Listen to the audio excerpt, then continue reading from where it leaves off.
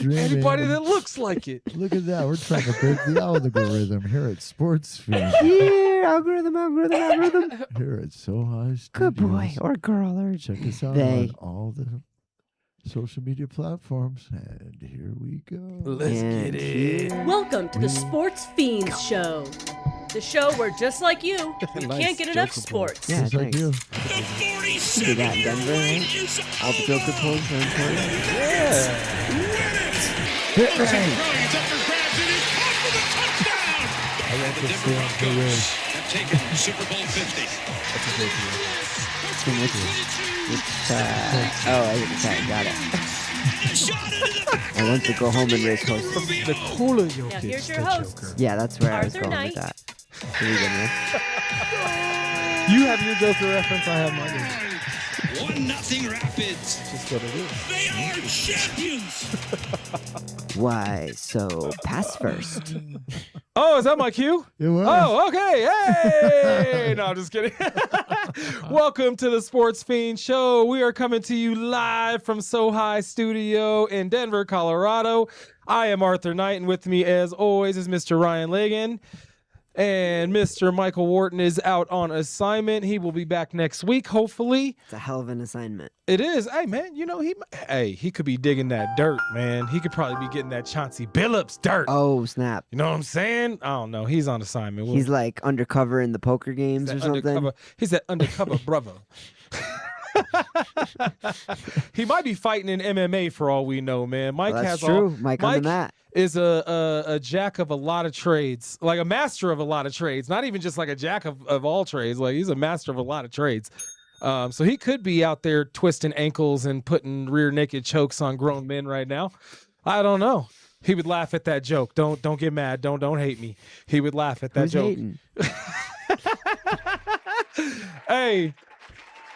We're also being brought to you by iEnvy Vision. iEnvy Vision is devoted to offer an affordable and fashionable eyewear.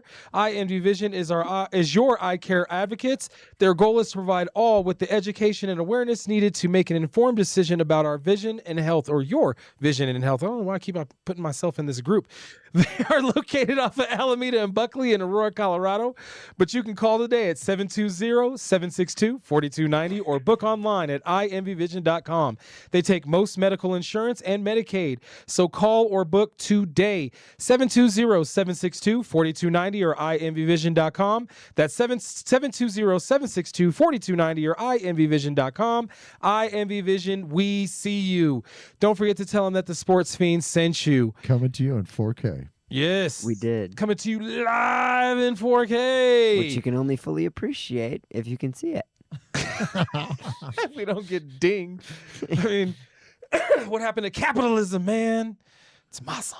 I stole it fair and square. No, I'm just kidding. Oh, you're talking about that. You I was can talking see about that. I was Just kidding. I was trying to pile on the iEnvy Vision, but I see what you're going with that. Okay, cool.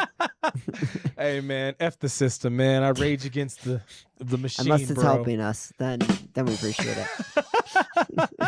Thank you for the rim shot there, sir. Yeah. Appreciate you, Vinny. Got you. You know, I can also appreciate a good bounce back game, man. And the Denver Nuggets last night showed me a bounce back game. Pretty much put a whooping on the Houston Rockets, who have been a problem for the Denver Nuggets the past couple of years. Şengün is see, I can say that, but I can't say. I almost said it wrong again. Cumulative. Oh, He's my going to God. remember that forever. Forever and a day. Singuni. Singuin. Tyler Sagan. Anyway. Lasagna. Anyways, Nice. he usually, the Denver Nuggets have a problem with the Houston Rockets, and they didn't seem to have a problem with them last night. They pretty much controlled the game the entire way.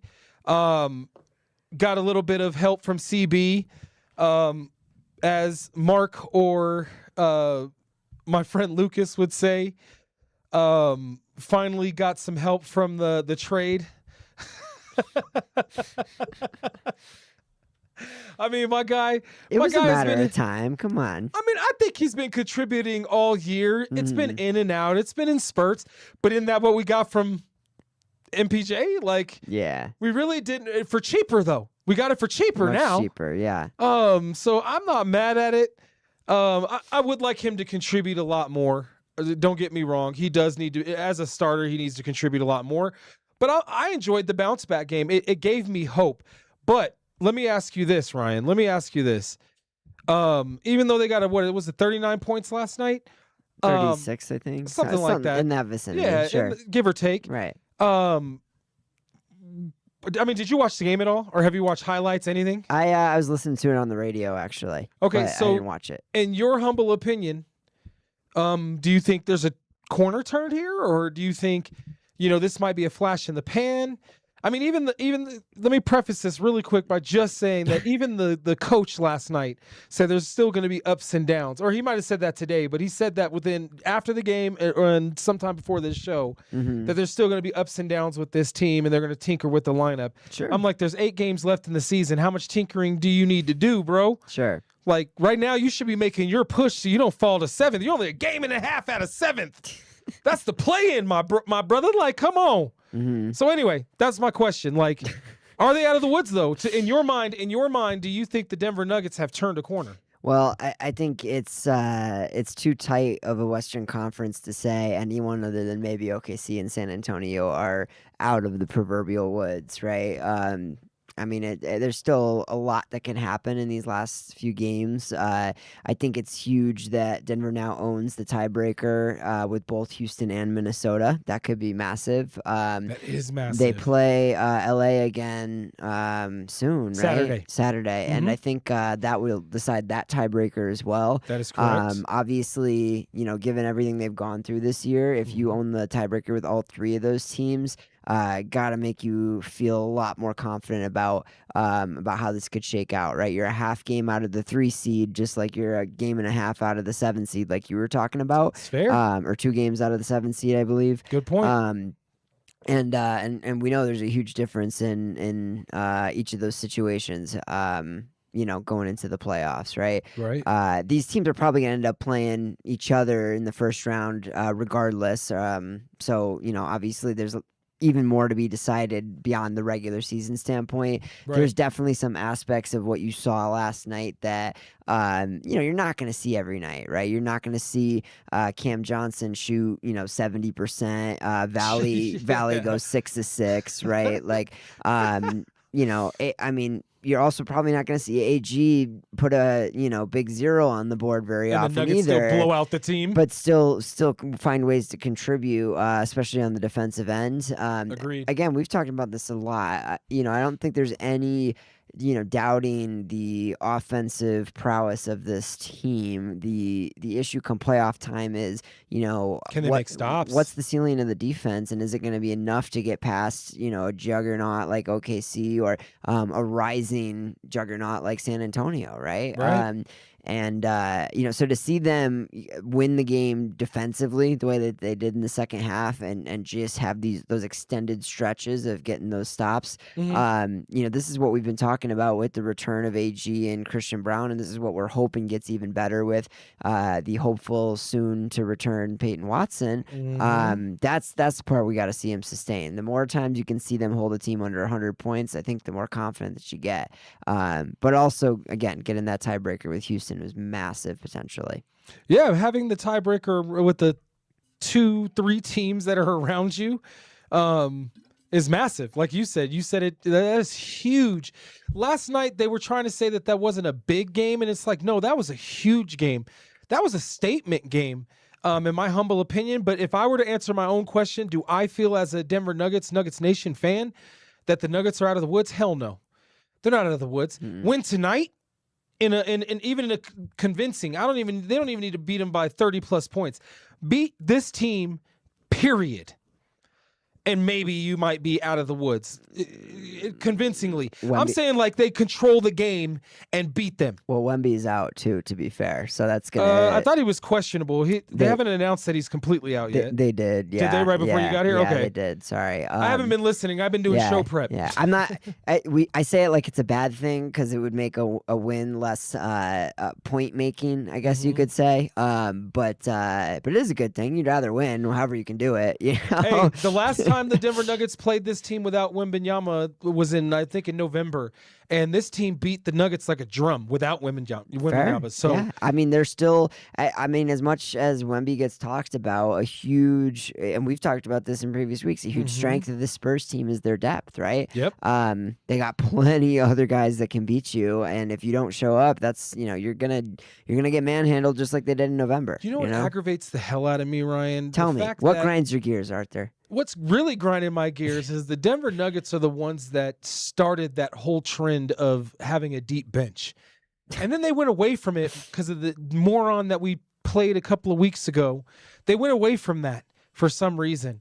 And haven't been the same since. And it's driving me nuts. Hold on. Sorry. Can we, who's the moron they played a couple weeks ago that discouraged them from having a deep bench? It's not that they discouraged him from having a deep bench. He just didn't deepen the bench or keep the bench deep. He went away from it a bit. And I'm trying to think of the GM's name. I can't think of his name right now, but you might not have been here that week. That might have been the week you were gone, actually. Oh. I'm trying to think of the name of the old GM. What was his dog name? Somebody in the chat, help me out here. I know Mark You're talking knows about it. last year's GM? The one that they Calvin fired. Booth. Thank you. Yeah, okay. Calvin Booth. I thought you were going like farther into the past. I was like in the 80s or something. They invented the deep bench. You can play the Who Am I game with minimal. All I said is, that guy that they used to have, the GM, the previous Nuggets GM. That's the only name I was going to be able to give you. If it wasn't Calvin Booth, I was out. So I mean, no, there's a couple. There's one that's in Minnesota right now. I also do better with 2025 references than 1995 references, but that's okay. It's well, anyway, I would think so. right, exactly. Calvin Booth, Calvin Booth destroyed that model. The previous one, the guy that's in Minnesota, has still built that in Minnesota. It's just Minnesota has financial problems. They're having a hard time keeping all of them good players. Yeah. But OKC, they saw that blueprint, riding it out. San Antonio, same blueprint, riding that out. Denver Nuggets go away from it. Now they're like a game and a half out of 7 or half a game if you're optimistic out of 3rd. I'd almost prefer at this point that they get 4th so that they don't have to see OKC until the second round. Give them a little more time to get healthier before they have to actually see that team. Well, I mean, you would see them if you're not in the play-in in the second round at the earliest anyway. I mean, if you're the 4 seed, you got to play them in the semis. If you're the 3, if you can climb up there, then you wouldn't have to deal with them till the conference finals. I thought it was the one in the. Oh no, you're right. So they do need the 3rd seed. He doesn't say that often. Clip that one, Vinny. He's got jokes, this guy today. He's got jokes. I'll get that. He's not wrong though either. So we're gonna start. that's what I usually That's what say. I normally get. At best, I'll get he's not wrong. For him to go so far as to say he's right. I mean, yeah, That'll I'll get take us it. subscribers. I'll put that into a short. There Here you we go. Let's go. There you go. I'm self-aware. It's okay. I'm self-aware. I know myself. It's cool. There you go. But are the Nuggets self-aware, man? Because I don't think that. They have to be, because Adelman even said, like he really did say, he was like, there's still going to be ups and downs. I'm like, man, that's not what I want to hear from my head coach, bro. I want to hear that Cam Johnson's shooting 70% every night. I don't know about 70%. 20 a game. Can we get 35? Valley at 100%. No, he's not missing again the rest of the season. Can we get 35%? Can I get that? Well, no, he's been at low 40s this year, hasn't he? I'll take 35 to 40. No, let me look. Because I don't think he has. Okay. Let's find out. And I've been pretty. Get it first. 45%. 45? He's Okay. actually shooting 40. How many shots has he taken? Well, 8.5. And he's actually only shooting 41% from 3 too, if you can believe that. He's just not getting a lot of volume up. For 30 minutes a game, 8 shots is not a lot. I didn't even need him to take a lot of shots last night or make a lot of threes. I just needed him to make the key threes that he did make. Right. And I think the Denver Nuggets as a team, that's all they need as well. Mm-hmm. They don't need him, just like they needed that from MPJ. They didn't need him to make a high volume of threes, just make the key threes. And 41% is pretty good. I've been arguing that this guy has been good all day, but Lucas makes some good points about how aggravating it is to watch him. Like, it's not as bad as Will Barton, but it's almost there. Like, it's almost there to where it's just like, oh my God, he's in the game. Yeah. Like, oh, I don't know if I want to deal with that. There's definitely an element of, like, you watch a guy drop 20 a game in Brooklyn and, you know, you're thinking, oh, we got a 20 points per game scorer. And it's like, well, that's Brooklyn, and you know you're gonna get more touches on a G League roster. That's just how it works. When they clear the court for you to go one-on-one with the defender. It's the same thing with MPJ. MPJ's averaging what, 25 a game or something this year? Like, put him back on the Nuggets team. It would not be 25. It would be it'd be the 15 a game you got his entire time here. And that's basically because you got Jokic is the number one option, right? Mm-hmm. Jamal Murray's the number two, except for last night. AG is going to be number three, right? And then there's that guy. It's Cam Johnson, MPJ. Then there's that guy. Maybe Christian Brown. And some nights... Christian Brown is after that. Like you want more volume from Cam Johnson than you do Christian Brown. You've been getting more from Christian Brown. I don't know.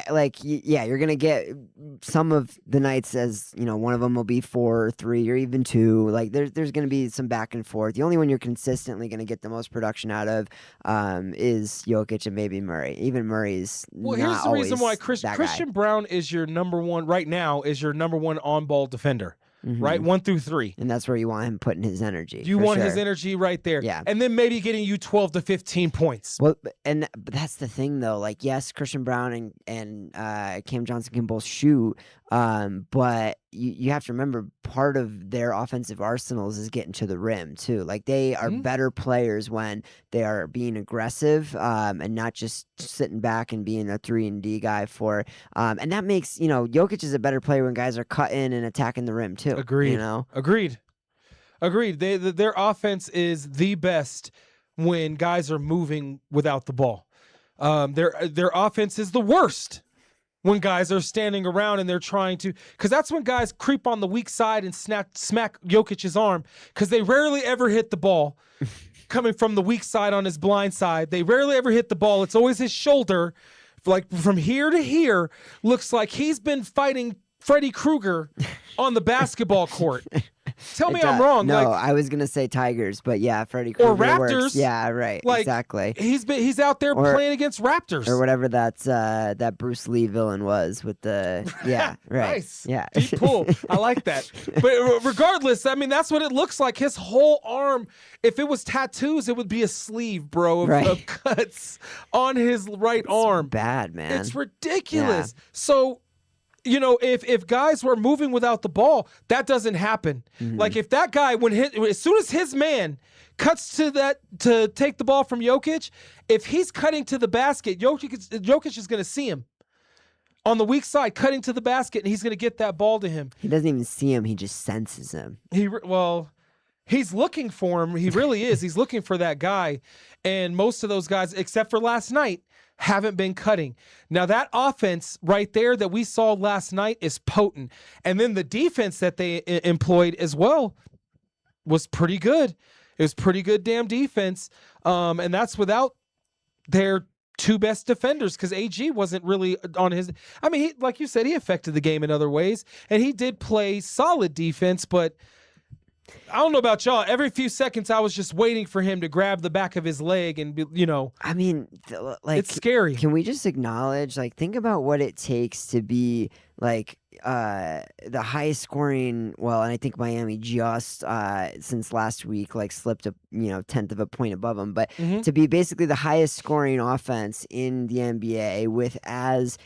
inconsistent or vulnerable as a defense as you have, you're going up against defenses that are getting the chance to set themselves. They're scoring consistently. You're not, this isn't, they're getting stops and live ball turnovers and they're, getting 50 fast break points every night and spreading the floor. Not they're scoring at the kind of clip they're scoring at against set half court defenses consistently. So if that defense can, elevate its game to another level with some health and some energy in the playoffs, I mean, That's scary. That's why this team has been one of the betting favorites to win the title all year long. It's a scary thought. So here's the thing. Here's another scary thought. So most teams that have this high potency of an offense and score this many points is a fast break team. This team, this Denver Nuggets team, yes, they score points on the fast break, especially with CB. He's like the fast break king. But with that said, they don't score their points on the fast break for the most part. They're a half-court team. That's what I mean. They're not forcing live ball turnovers. If anything, the fast break points they do get are like Jokic, hawking full court, quarterback-esque passes, either off a rebound or even off a made shot inbound sometimes. You know? No. I completely agree. It's just crazy to me that this team can't seem to get it together and work on a string on the defensive end. I mean, they put in so much effort into that offense. It's like they forget to play defense, and especially in very, very tough games. I don't know how you forget. Like, hey, what are we doing out here again? They have the ball. Are we supposed to? If you watch the games, though, Ryan, it almost feels like that. Like when you're watching. Like, you could say that about your team when we were at the game, right? Yeah. When we were at the game, it was like live. Your eyeballs are seeing, like, are you guys planning on playing at all for the rest of the game? Like, Sure. Are you going to play defense? Like, anything. Play? Are you going to shoot? Anything. Yeah. And that just seems to be our team in a nutshell sometimes. And we used to have these conversations a lot, how comparative our teams are in that sense, where it's like it's so aggravating as a fan to see a team just not give a full effort and just be like, forget it, F it, and just lose in the worst way possible. But it happens, and our teams do it a lot. Our teams especially like to play down to their competition, which is very frustrating as a fan to watch. I will say that's one of, I think, the reasons that the Celtics have been, better than people have expected this year is because they've been a lot less of that this season than they have the past 7 or 8 years. Like, that has always been their, and no shade to Tatum, but that's always been their mantra on focus on these Tatum-led teams where they can win any game by 50, and then all of a sudden, they're playing the last place team and they're in a dogfight, right? Like, JB, like, if you look at the numbers on this team, it is not an elite offensive team on the Celtics side, but it is one of the best defenses in the NBA this year, and that's JB's calling card, your right? mistakes. And so, that's a perfect example of you're gonna go as the leadership on your team goes, and that's the tone that he has set throughout the year, where they've leaned on their defense and done enough offensively to get the job done night in, night out. I'm not trying to pin that that same card on Jokic or Murray, but we know both Jokic and Murray to be elite offensive players and inconsistent defenders, right? Like, Jokic is a smart defender, but he's not an elite rim protector. He's not an elite energy, hustle, effort guy. He's not a rim protector end. at all. Not even elite. Take that word away. Right. He's not a rim protector at all. But he's an elite defender. He's an elite rebounder. I would say he's an average defender. Last night he almost had a quadruple double based upon steals. Yeah, he can have those nights for sure. When he almost like when he wants to. Right, that's my point. Yeah, right? I guess if you saw that effort on the defensive end from him as consistently as you see him, just shredding the game to pieces on the offensive end, like maybe it would set a different tone with the rest of the team. I don't know. You're not going to see Jamal Murray, getting those 5-6 steal kind of nights very consistently. Right. You're just happy when he's not getting beat to the rim, every other time down the floor, to be honest. So and he seems to be really, really good. I've seen him block shots on players taller than him and play like really, really good. He's got length, 100%. He's just extremely inconsistent with it. Right. And if he could be a little more consistent, that would be great. But what's also great, man, and I'm going to give credit where credit's due because I want to get this in. I want to make sure we get this in because when I did the research, at first I was like, meh, this Jason Tatum thing Ryan wanted to bring up. He was like, this dude's balling out of his mind. And I'm just like, yeah, I right. didn't say balling out of his mind, but okay, go All on. right, all right. I might be embellishing just a wee bit. But he did want to mention it, so I knew he was all excited about it. Yeah. So when I did the research, at first I was like I said, meh, whatever. But then I started looking into the numbers, and I'm a numbers guy. Mm-hmm. And I'm looking at the numbers, and I'm like, okay, so this man came back in less than 10 months from an Achilles tear. Yeah. Tore the worst possible tendon that you could, well, maybe your knee, but you get the point. It's not good, yeah. Yeah, it's like 1A, 1B, Right, okay, for right. a basketball player. Yep. The worst possible tear. You come back in less than 10 months. Your first game back, and you drop 15 points. 15 points. Mm-hmm. And then follow it up with 20 and 24. He's just getting right. It's almost like this dude didn't miss at all. He didn't miss any time. Most players come back and play probably 12 to 15 minutes per game. Mm-hmm. And that's after they've been out for like a year and a half. Yeah. You want to tell the people how many minutes this man has been playing? I would say it's 27 a night.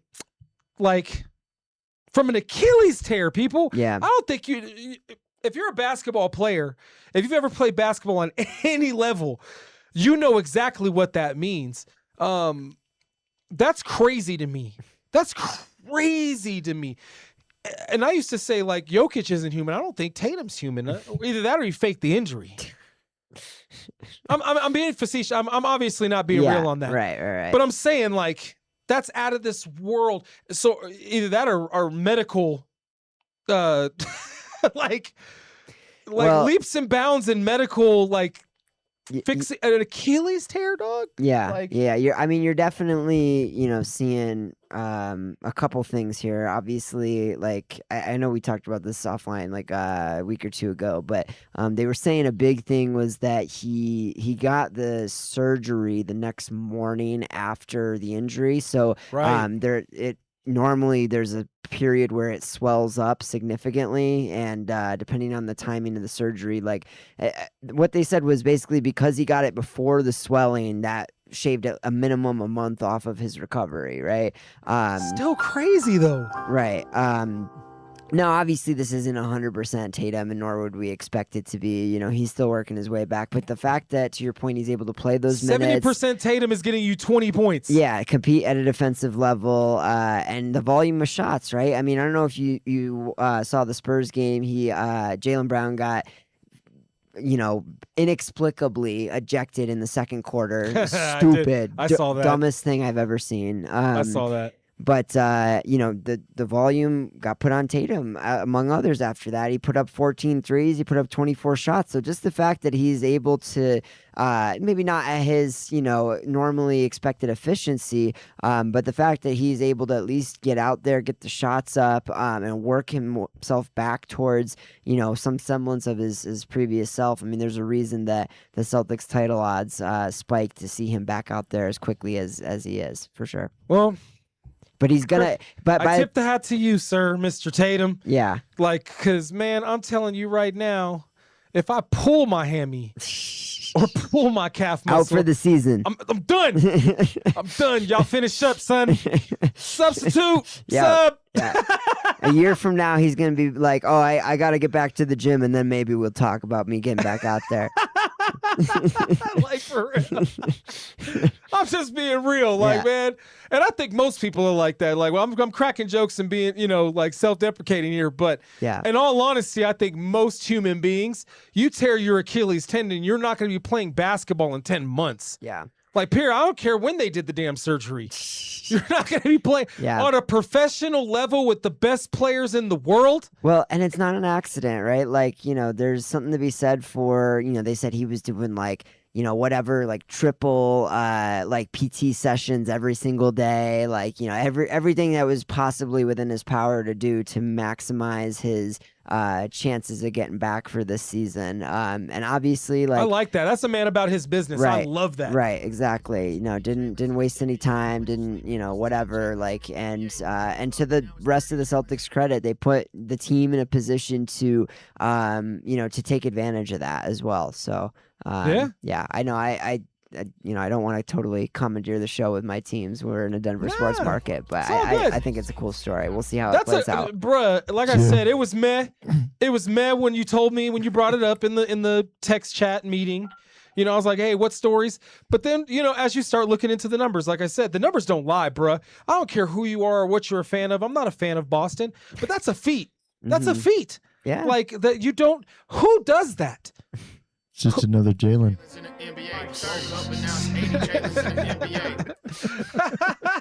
That's funny. I mean, but who does that, man? I mean, that's Shout out like Jalen Rose. superhuman stuff. And if he did it, that means that there's going to be a lot of players that try to do the same thing. Now it's going to, hopefully that was the right thing to do. It seems to be holding up 3 games, and he seems to be progressively turning back into the JT that we all know and he loves. I got no love for Boston. I don't. Obviously, the hope is that he doesn't overdo it has 2 feet. and make it worse. But it's That's funny. I'm sorry. He's out there hopping on one. Yep. I'm good. I'm good. I'm good. I'm good. fine. I have been noticing though, when I have caught a couple of these games, I have noticed when he goes to dunk, he does hold on to the rim and then he drops down onto his right leg. Which one did he have? He might be dropping onto the healthy leg. The healthy leg. He's always loved to hang on the rim. No, this is a little different. I saw it. Yeah, it's a little different. Okay. He's making sure that he doesn't drop down on the wrong leg. I promise you. The landing on the foot, sure, but I'm just saying, I've always been surprised that he doesn't get more texts for hanging on the rim. He kind of like plays off the swinging piece where if he'd let go, he'd hurt himself. But I'm like, man, like if he wasn't a star player, he probably would have gotten a tech just then. Like I've said that to myself so many times over the course of his career. But and you're like, stop! Yeah, just stop doing it because let eventually they're gonna call it. Please don't get us a tech at the wrong time. Like. But I get it. I'm already a UConn Huskies fan. I gotta watch Dan Hurley get us texts at the wrong time way too often. I am enough of it, Oh, so you are gonna be watching March Madness, huh? Yes, sir. Go Zags. That was a good segue into March Madness. Yeah. Go Zags. Go Zags. Ooh, no, I'm just kidding. Oh, that's right. Seattle guy over there. That makes sense. Spokane. Yeah. Yeah. My parents were, and both sisters were married at that church on Gonzaga campus. Oh, nice. Okay. Yeah. All right. Well, so who do you got there, Vinny? Who's that again? Gonzaga. What are they? You think they're what? 2 seed, 3 seed? They're top 5. Yeah. They're I gonna mean, be they are good. They're going to be a top 5. Right. I think they'll be a 3. Whether they make it all the way through and don't get shell shocked again like they always do. Let's go, boys. They are kind of like Kansas, like that. They always find a way to. Like, come on, boys. Yeah. You got it this time. You're making all the news this year. Right. Dang, they're not playing any in Denver this year.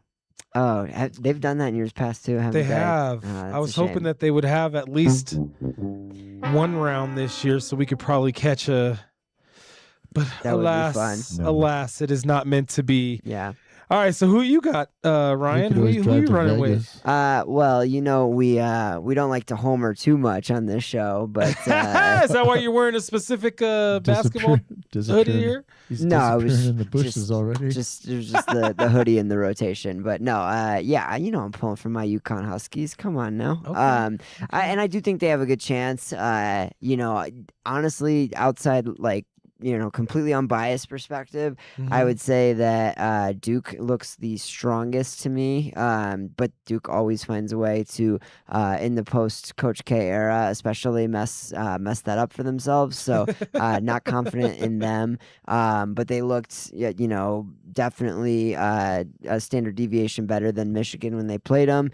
Arizona is strong, but Arizona relies a lot on getting to the rim. They don't shoot the ball well from 3-point range. And one of the staples of March Madness is, teams just getting, unreasonably hot for short periods of time from 3-point range. That's how a lot of upsets happen. So I could definitely see somebody knocking them off that way. And then you go to the 2-seed line, and it's just not the same level of confidence. Houston's looked bad down the stretch.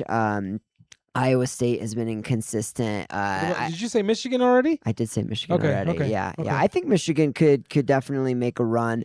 They looked outclassed when they played Duke. To be honest with you, they hung around, but they didn't. They never looked like a legitimate threat to win that game. So, I mean, only 2 losses though. yeah, One of them is to Duke though. that is a fact. Right, exactly. So no, I like my UConn Huskies. I think Okay. they always play better in non-conference games than they do against the Big East, and they put a whooping on St. John's, the only team that I can think really threatened them in out of the Big East the last time they played them. So that's my According pick. to the Associated Press and the NCAA, they just dropped from 4th to the 6th. Yeah, they lost didn't mean anything game to Marquette at the end of the season. It obviously meant something. Well, they were already going to be the 2 seed in the Big East regardless. That's in the conference tournament. They lost the share of the conference regular season title or whatever, if that Gotcha. matters to you. But I don't see that like impacting their performance in the tournament at all. If anything, I think those games tend to help them because Dan Hurley lets a fire under their asses when they drop games like that. They've rebounded really well every time and they just won by like 30 tonight too. So every time looks that's like happened, it's helped. Lucas is in the chat and he's saying it's Arizona bet on the Cats. Nah.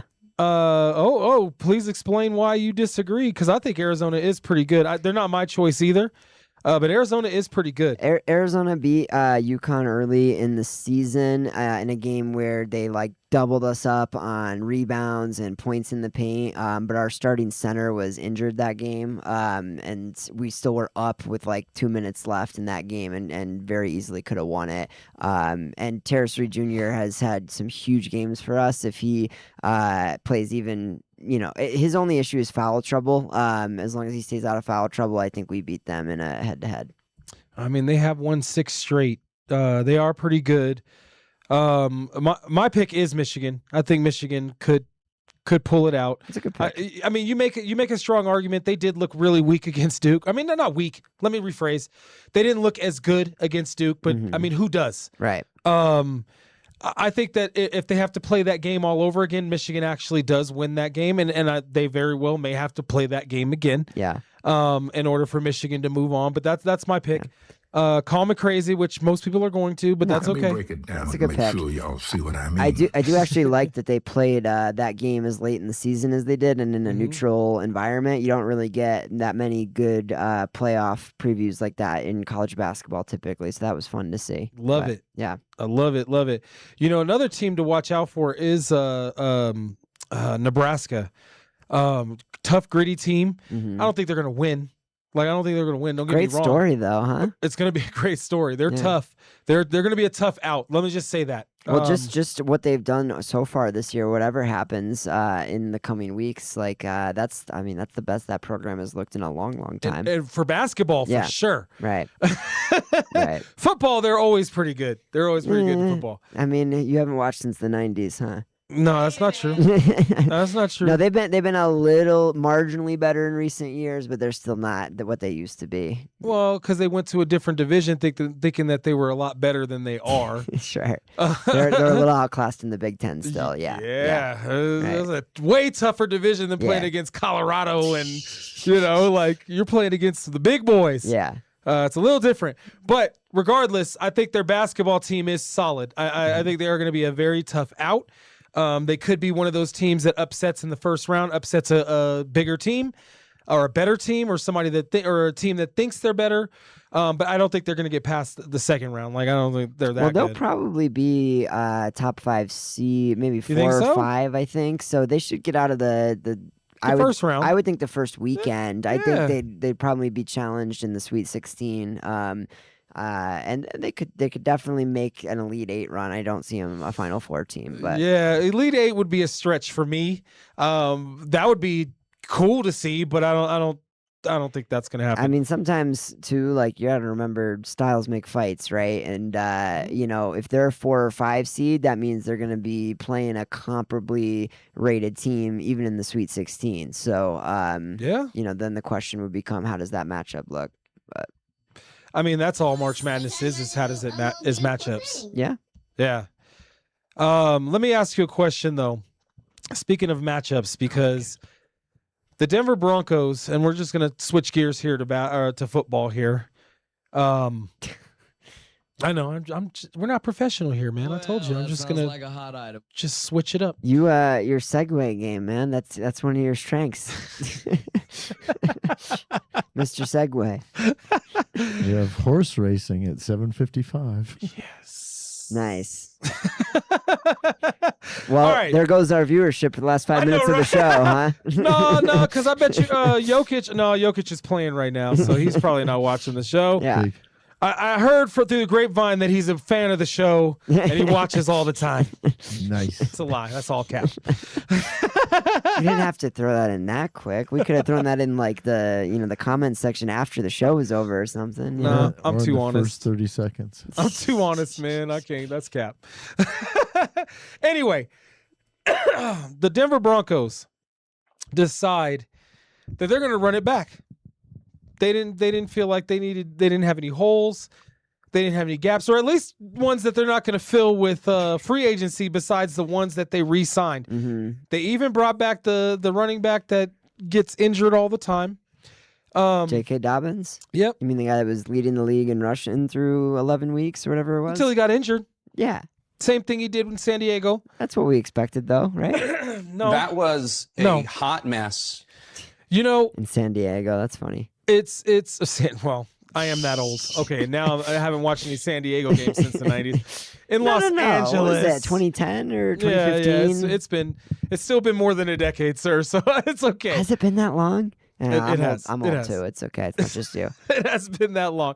But with that said, with the Chargers, it was the same MO, and it's probably going to be the same MO this year. So my question to the segue art meme incoming. Thanks, Lucas. Animated art going across the screen on the Segway, right? I can't wait to see this. Okay, so excuse me.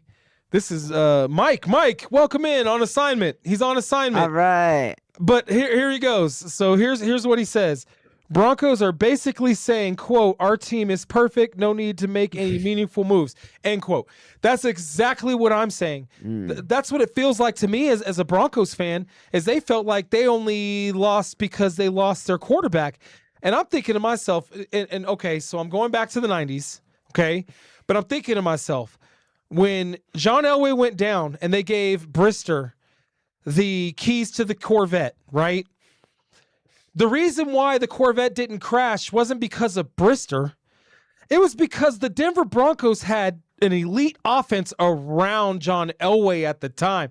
The best running back, two of the best wide receivers, the best tight end, the best offensive line. And then they had a defense that was pretty stout, that was stopping, everybody. Well, not everybody, but pretty. I think they only lost 2 or 3 games each of those seasons, right? So my point is that the Denver Broncos in that era, when that happened, they handed the keys to Brister. Brister played those games, no problems.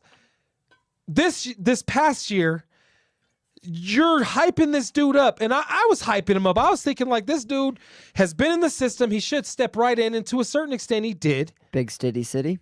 Yeah, Stiddy City. To a certain extent, he did, but then to a certain extent, he didn't. And it was just like, what were we doing? And I'm not blaming it on Stiddy. I'm not blaming it on Stidham. Stidham did not lose that game. I'm blaming it on the coach. I think our coach is arrogant. I do. And I love What? Sean Payton? I love it sometimes with a little bit of overconfidence, but I don't like arrogance. And so that's my question. With the Broncos standing pat, does Broncos country think that this is arrogance, or is it confidence? Like, what do you think, Ryan? Do you think the Broncos are confident, or do you think it's arrogance that they brought back every single piece? And they also let go of Greenlaw. That I was actually happy with. He just re-signed back with San Francisco, but I was kind of happy with that because he hasn't been playing consistently all season anyway, and the Broncos still had a top 4, top 5 defense without him. So you're not missing anything really there. But on the offensive side of the ball, man, you're going to stand pat for real? For real? Anyways, I'm sorry, Ryan. Go ahead. I'm sorry. I don't mean to. That's just it pisses me off. So anyway, It's your show. You don't have to be sorry. It's no, okay. it's our show, man. It's Okay. our show. It's Okay. plural. Fair. This is plural. Oh, okay. You could tell by the Plural. Z. You could tell by that Z over there. I always I want Mike to be here, but I do like that when Mike's not here, I become Broncos country because he goes, Broncos country, what do we think? Mike. Ryan?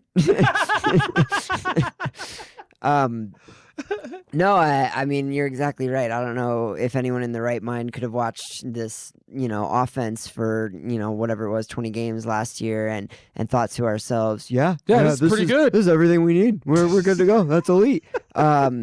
Yeah, it's a little wild. I'm actually even surprised they didn't bring Greenlaw back. I mean, what did he sign for $8 million in San Francisco?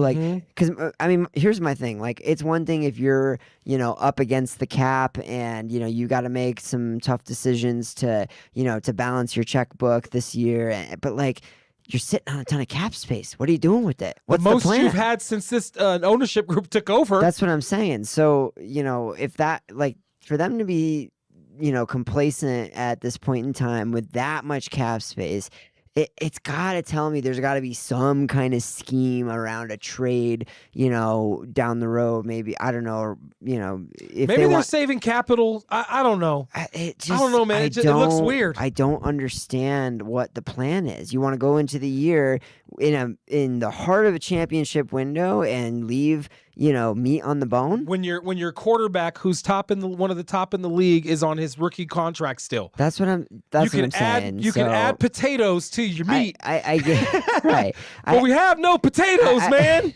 I need potatoes, Denver. I get it wasn't necessarily like a super deep or super talented free agent class, but I mean, dude, give us something to be excited about as a locker room and as a fan base instead of just we'll run it back and expect to be better than we were, because it wasn't enough. I'm sorry, it wasn't. If you think you're gonna win those games that you won by less than 3 points that next year, no. Well, that's what I'm saying, right? It'd be one thing if you were steamrolling teams every year and you got hit with a ton of injuries all at once, maybe Bo Nix and a couple other dudes, and you're like, yeah, the health will do it. But and again, if you didn't have cap space, totally get it. Like, you got a good roster, good problem to have, but you barely squeaked by a lot of the games that you did win, right? Mm-hmm. Especially against playoff teams. You can't bank on having the health that you had all year again, right? And you have the cap space. Do something to tell your locker room, if nothing else, hey, we're trying here. We got a little bigger caliber ammo in the gun this year. Yeah. Like, let's go. You know what I mean? We upgraded. Right. Exactly. We upgraded something. We have a number one receiver. I wanted to make this point for Lucas here in the chat. He says Sean Payton is not the one to think he doesn't have some moves to make at any time. I mean, I guess he is. He's very arrogant in that sense. But if they really think, to me, the other Payton, George Payton, the GM, this is going to be the one that falls on his head. Mm-hmm. Because he is the one that made the bad decision on bringing knucklehead here. Why can't I think of his name? Russell Wilson. Oh, okay. No, Russell Wilson. He's the one that inked that trade. Yeah. He inked it. Yeah. He has to own that. But he also did all of the moves after that. Like, he's the one that drafted Bo Nix. He's the one that signed all of these players. He did get Hufanga from San Francisco. Yeah. He got all of these. He did a lot of good things. Okay, I don't want to cut him off at the knees.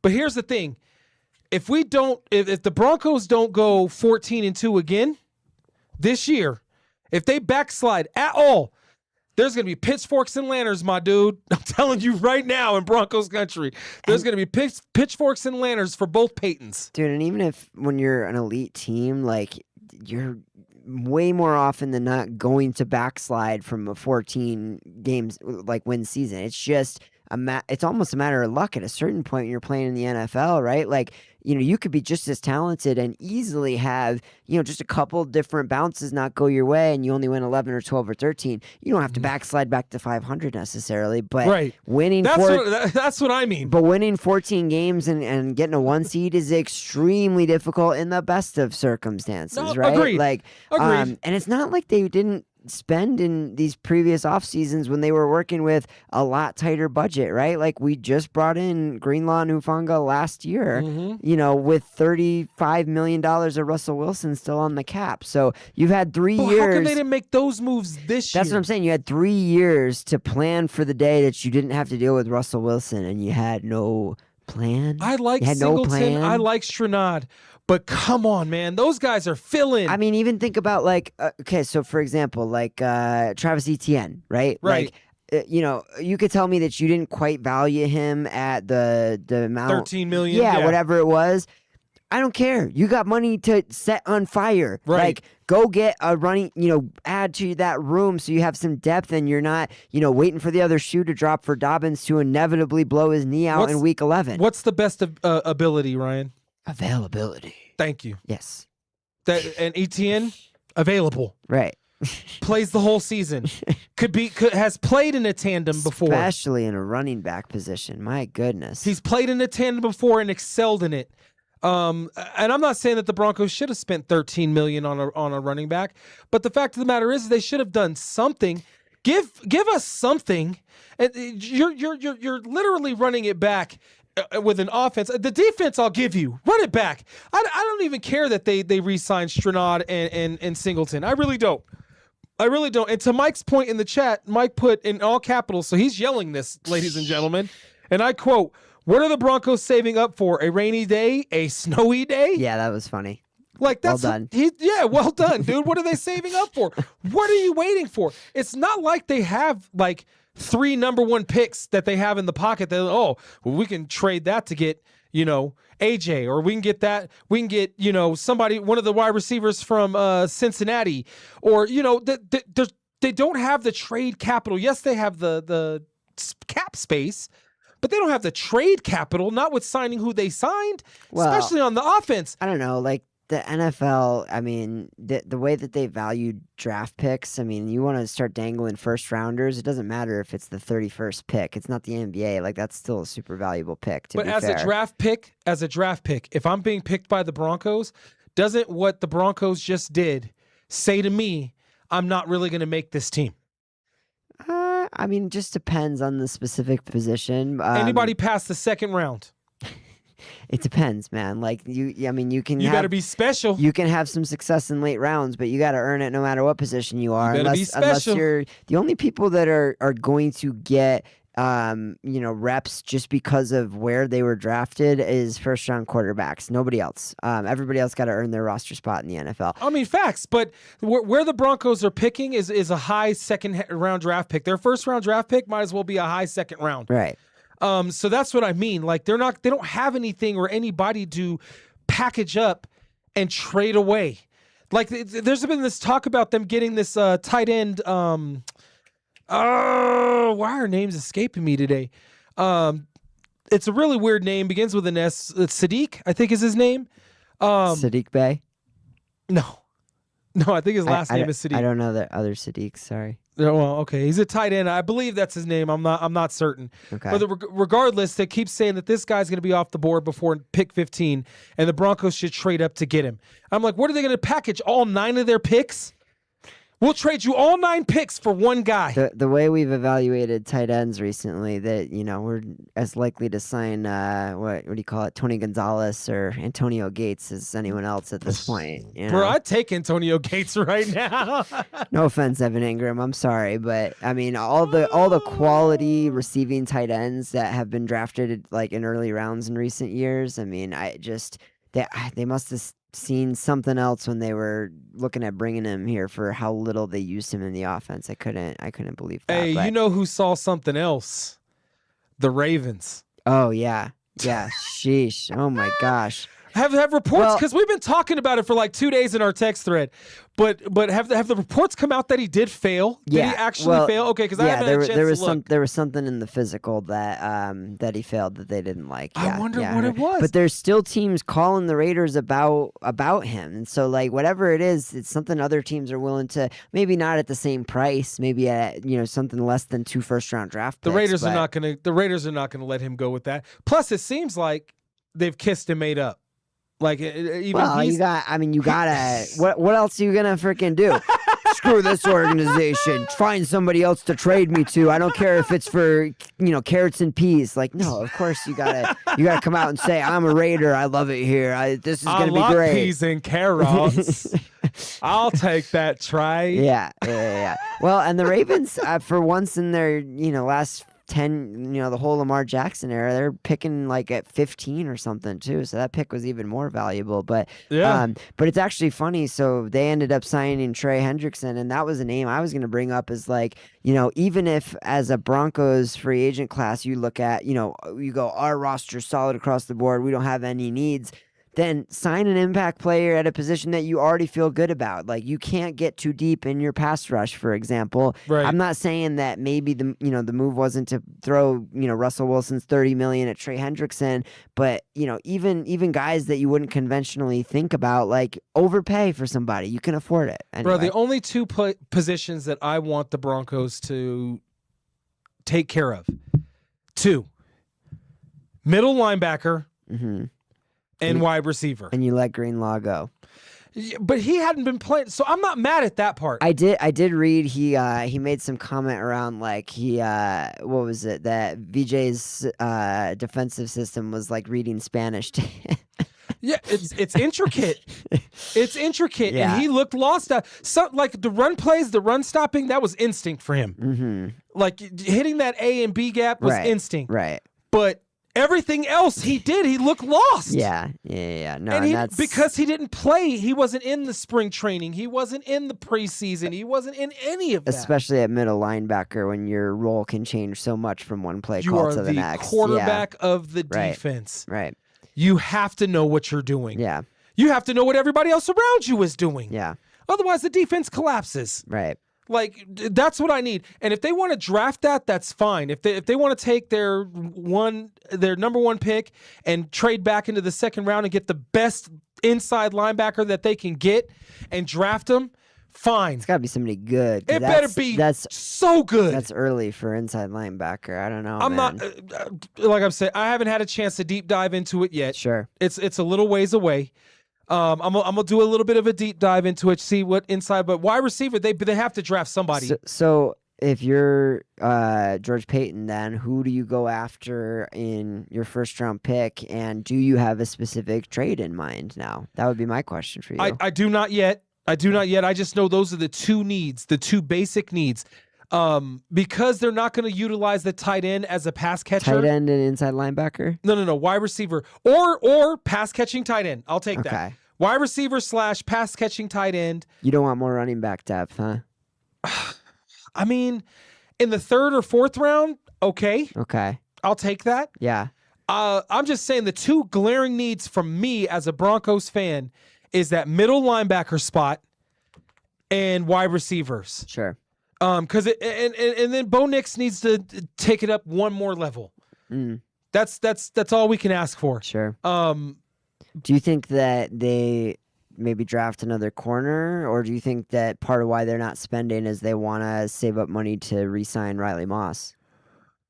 I mean, I don't know if they want to re-sign Riley Moss. I know that that kid they just drafted last year is a really good nickel. Jahdae Barron. Jahdae Barron can still play the outside. He can do a little though. cover corner. He can do the cover. But cheaper. Well, yes, but I'm saying like not as good though. It's nice to be able to mix him into nickel corner because that's his strength too. That builds a wall on the to your point. In a nickel or dime situation, you're gonna have to throw to your 4th receiver, and that's still covered by either Hufanga or Jones. Right. Like, yeah. So no, I mean they have the money. They have the money to keep all 3. And Barron is only in his 2nd year on his rookie contract, and he's signed to 4. So you don't have to make that decision, or you could even sign Riley Moss and keep him for a couple of years, right, on rent or so. Hopefully win a Super Bowl with him. But with the way the Broncos are standing pat on offense, I'm confused, man. Yeah. And I'm sorry, guys. I did want to get to a lot of other free agency because it does piss me off a little bit that Kenneth Walker did sign with the I don't think it's going to be as big a news to the Chiefs as the Kenneth Walker because of the fact that They still got no Mahomes next year. Don't forget. Oh, that's a fact. That's a fact. But I still don't like it. No one can go to the Chiefs ever. No, I want them to suck. Don't let him get his forever. bag. I want them to go back to going to sucking. They need to be worse than the Raiders. Maybe not that bad. Too far. Too far. I don't hate them that much. The Raiders, yeah. Now they have Max Crosby again. They've been one of the most active teams in this free agent window. Well, they had to be. Yeah, I know, but I mean, They had to be. They done flipped everything again. All right, with that said, I'm sorry, guys. I really did want to get to more free agency, but there's always next week. Boop. Boop. That's our new outro music, thanks to Vinny. oh, you got to clip that too. I love that. But either way, we will see y'all next week. Same channel, same time, 7 p.m. Thursday. Don't forget to follow us on social media, Sports Fiends with the Z's. We'll see y'all next week, hopefully with Big Mark. Like, share, and subscribe with all your friends, bro. Peace. Thanks, everybody. See ya. Peace. That